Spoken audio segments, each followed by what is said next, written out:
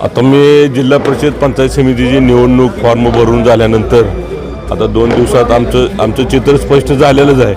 आता माघार घ्यायची मुदत आता 2 दिवसामध्ये आहे। मंगळवार नंतर आपल्याला सगळे उमेदवार आपले फिक्स होतील आणि उमेदवार फिक्स पण झालेले आहेत। काय रिटर्न घ्यायचे अर्ज आहेत ते आता प्रोसिजर आता आज सुट्टी आहे, उद्या सुट्टी आहे, मंगळवारी 1 दिवस आहे, त्यात बऱ्यापैकी कव्हर होऊन जाईल। आणि आता मी त्या निमित्तानं एक घोंगडी बैठकीचं नियोजन आयोजन केलेलं आहे।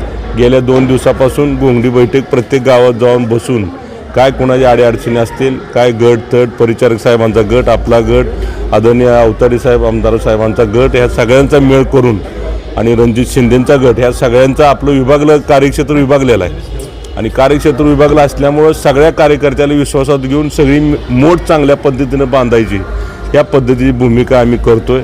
आणि चांगला प्रतिसाद या घोंगडी बैठकीच्या माध्यमातून कुणाचे हेवे दावे रुसवे फुगवे ह्या बैठकीच्या माध्यमातून निघून जातात।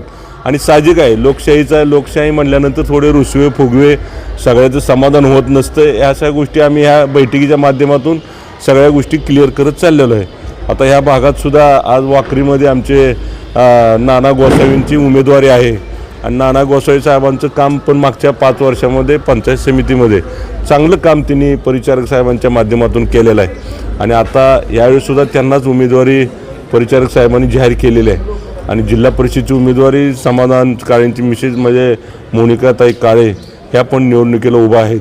आणि मग या सगळ्या गोष्टीचा विचार करून आम्ही जिल्हा परिषद पंचायत समिती अख्ख्या पूर्ण तालुक्यामध्ये तालुक्यामध्ये गावभेटीचा दौरा आम्ही आयोजित केलेला आहे। आणि बऱ्यापैकी जिल्हा परिषदेचे 8चे 8 गट आणि पंचायत समितीचे 16च्या 16 सदस्य हे निवडून आणण्याची जबाबदारी आमच्या कार्यकर्त्यांनी मनावर घेतलेला आहे। आणि त्याचा रिस्पॉन्स आम्हाला घोंगडी बैठकीलाच चांगला मिळालेला आहे। परत प्रचार सभांच्या माध्यमातून परत आम्ही अजून एकदा राऊंड आमचा होणार आहे। वाखरी गटात स्पर्धा वाढलेल्या आहेत, उमेदवार वाढलेले आहेत, पण आपला एक जुना सहकारी विठ्ठल परिवाराचा एक घटक असलेला भगीरथ बालके अजून पूर्ण इकडे दिसत नाही। वाखरी गटामध्ये निवडणूक जिल्हा परिषद पंचायत समिती निवडणूक झाल्यापासून सोलापूर जिल्ह्यामध्ये सगळ्यात जास्त टार्गेट वाखरी गट झालेला आहे। सगळ्या सोलापूर जिल्ह्याचं लक्ष वाखरी गटावर लागलेलं आहे। पण मला खात्री आहे आदरणीय सहकारी आदरणीय दादांनी इथं या गटामध्ये काम केलेलं आहे। मी जवळजवळ 20-25 वर्ष झालं काम करतो आहे। परिचारक साहेबांचा गट काम करतो आहे, परिचारक साहेबांनी इथं काम केलेलं आहे। आणि आम्ही निवडणुकीपुरतं आम्ही लोकांपुढं आलो नाही, ह्याच्या अगोदर कायमस्वरूपी लोकांमध्येच आम्ही आहे।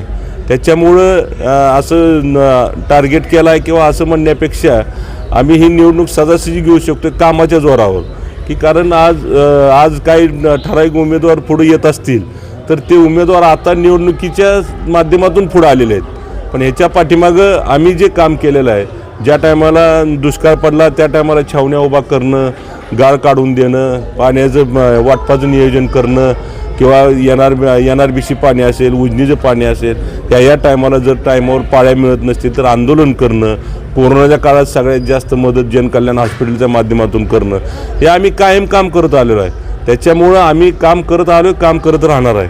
त्याच्यामुळे ही निवडणूक लोकांनी असं घेतले असं वाटत नाही, पण कार्यकर्त्यांनी आता ही निवडणूक मनावर घेतलेली आहे। कामाच्या जोरावर ही निवडणूक चांगली चाललेली आहे। नक्की त्याचा बेनिफिट आमच्या दोन्ही उमेदवाराला मिळणार, त्याचा फायदा दोन्ही उमेदवाराला मिळेल।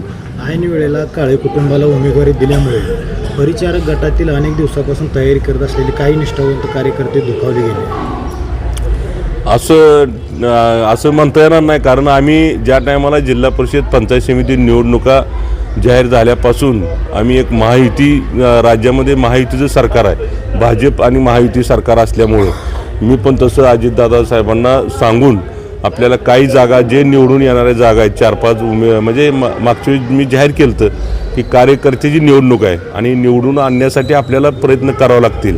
आणि मग महायुतीच्या माध्यमातून आम्ही जागा मागणी करत होतो, पण काय दुर्दैवानं काय राजकारण शेवटच्या दिवशी घडलं आणि मग आम्हाला सगळ्यांनी परिचारक साहेबांनी आणि पालकमंत्री महोदय यांना मी फोन केला आणि त्यांनी सन्मानानं आपल्या सर्व परिवाराला कार्यकर्त्याला तुम्ही वाऱ्यावर सोडू नका, वाटलं तर मी जागा ॲडजस्ट करून तुम्हाला देतो, अशा पद्धतीच्या सन्मानपूर्वक जागा आपल्याला भाजपनी परिचारक साहेब आणि पालकमंत्री गोरेभाऊ यांच्या माध्यमातून मिळालेल्या आहेत। त्याच्यामुळं ही निवडणूक अतिशय चांगल्या पद्धतीने कोण नाराज होणार नाही, कारण आता निवडून येणं गरजेचं राहतंय सगळ्यांना। तुम्ही अजूनही राष्ट्रवादीत आहे असं म्हणताय, समोर तुमच्या राष्ट्रवादीचा उमेदवार पण आहे, तरी तुम्ही भारतीय जनता पार्टीच्या उमेदवाराचा प्रचार करताय. अजितदादांना कसं कन्व्हिन्स करणार? आता अजितदादांना मी ह्या सगळ्या गोष्टी सांगून म्हणजे सांगितलेल्या होत्या पहिल्या, आणि आम्ही राष्ट्रवादीमध्ये मी आहे, पण आमचे जिल्हा परिषदेची उमेदवारी अर्ज भरले होते. EB फॉर्माचा जो गैरफायदा जे काय लोकांनी घेतला नेते मंडळीने, तो गैरफायदा तिने अचानक दुसऱ्याला उमेदवारी दिल्या. आणि जी माणसं सातत्यानं पक्ष बदलतात, मी कार्यकर्त्यासाठी ही निवडणूक लढतोय, ही काय कोणासाठी किंवा वैयक्तिक माझ्या स्वार्थासाठी आम्ही निवडणूक लढत नाही. आणि म्हणून आम्ही या निमित्तानं नाईलाजानं परत अजितदादाची समजूत आम्ही त्यावेळेस अजितदादांना आम्ही सांगणार आहे की बाबा ह्या गोष्टी सगळ्या आपल्या अचानक घडलेल्या आहेत त्या.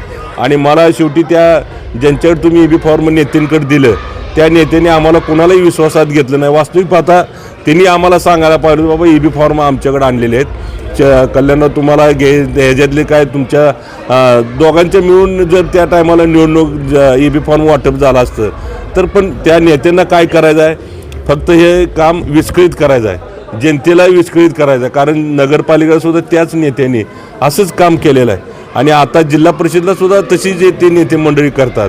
आणि हे सोडा, ज्या निवडणुकीला माढा मतदारसंघामध्ये ज्यांनी घड्याळ चिन्हावर निवडणूक लढवली त्या महिलेला खरं लोकशाहीचा अधिकार डॉक्टर बाबासाहेब आंबेडकरांनी दिलेला आहे, आणि संविधानानं पद त्यांना मिळालं. आणि त्यांना तो म्हणजे इतकं हे झालं आहे त्यांना की त्याच्यावर त्यांना लेखी मागायला लागला की तुम्ही नगरपालिका लढवणार नाही, असं लेखी आम्हाला द्या.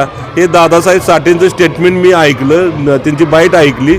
आणि मग असं जर इतके राजकारण असली, अशा पद्धतीचं राजकारण कधी ह्या जिल्ह्याला आणि तालुक्यानं असलं राजकारण बघितलं नाही. या जिल्हा तालुक्यामध्ये आदरणीय औदुंबराव पाटील असतील, आदरणीय मोठे मालक सुधाकर पंत परिचारक साहेब असतील, यशवंतभाऊ पाटील असतील, आणि आदरणीय दादा असतील, हे एकमेकाच्या विरोधात लढायचे.